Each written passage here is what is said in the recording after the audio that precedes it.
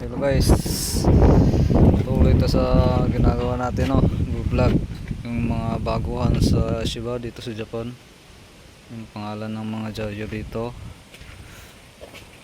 yung mga gamit sa Shiba. Shiba scaffolding.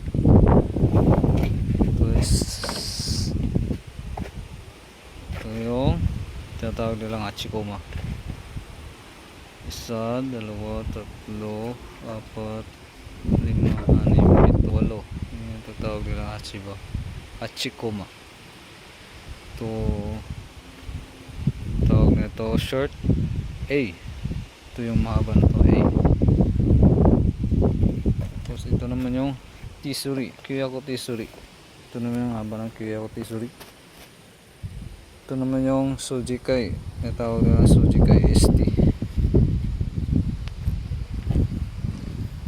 Ito naman yung Signiti. Signiti means 100, 1,200. Ito naman yung Kyoko means 900. Ito yung Tsuri, Sinapyaku Tsuri. Ito naman yung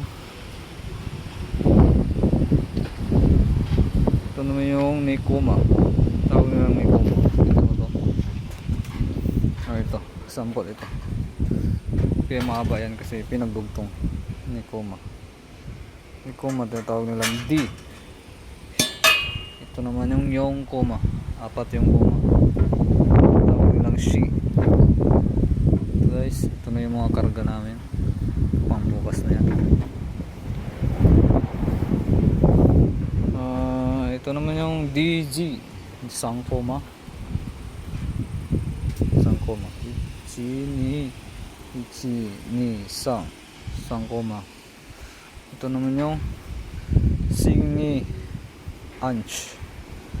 Tawag ng Anch. Signi Anch. 1,200. Ito naman yung Kyoko Anch. Ayan, magkaba yan. At ito naman yung Kaidan. Tawag nilang Kaidan. Hagdan sa atin yan. Nagamit natin sa Gemba. Marami po dito. Ito yung tinatawag na Tamkang.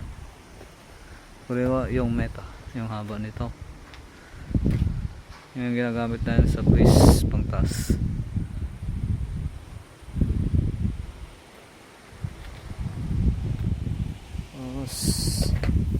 Ito naman yung bracket to. Ito yung bracket to natin dito. May iba-ibang bracket dito, walang koma. Ito sa atin, sa amin may koma. Ito naman yung Gyajaki. Yung gumagalaw dito yung ulo. Ito yung Gyajaki. Ito naman yung